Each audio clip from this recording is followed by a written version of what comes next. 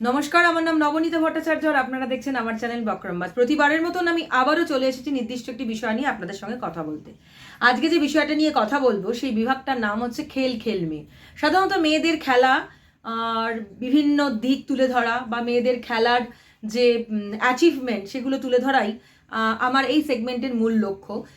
আজকে যাকে নিয়ে কথা বলবো তিনি হলেন দ্যুতি চাঁদ, ওড়িশার মেয়ে, যিনি অ্যাথলেটিক্স স্প্রিন্টার, যিনি পেয়ে গিয়েছেন ইন্ডিয়ান ফাস্টেস্ট উমেনের তকমাও ছিনিয়ে নিয়ে এসছেন অর্জুন পুরস্কার।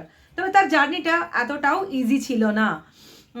ওড়িশার মেয়ে দ্যুতি চাঁদের অনুপ্রেরণায় আছেন তার দিদি, যিনিও স্টেট লেভেল অ্যাথলেটিক্স বলে পরিচিত।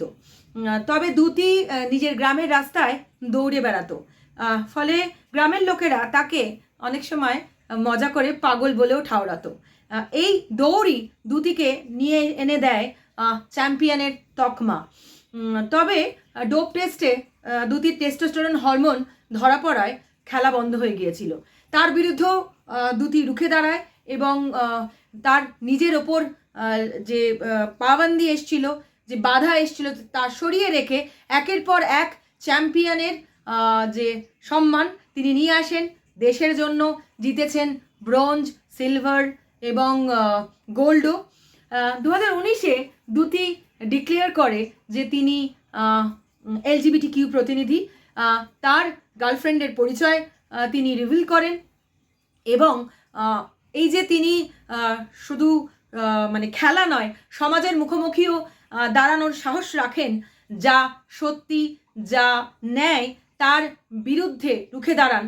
তা দ্যুতি, সেই অ্যাথলেটিক্স দ্যুতি, যিনি পিটি ঊষার পরে 32 বছর পরে নিয়ে এসছেন অ্যাচিভমেন্ট অ্যাথলেটিক্সে, সেই দ্যুতি কিন্তু রুখে দাঁড়ান, এগিয়ে যান জীবনের পথে, যা আমাদের ক্ষেত্রে অনুপ্রেরণা তো অবশ্যই।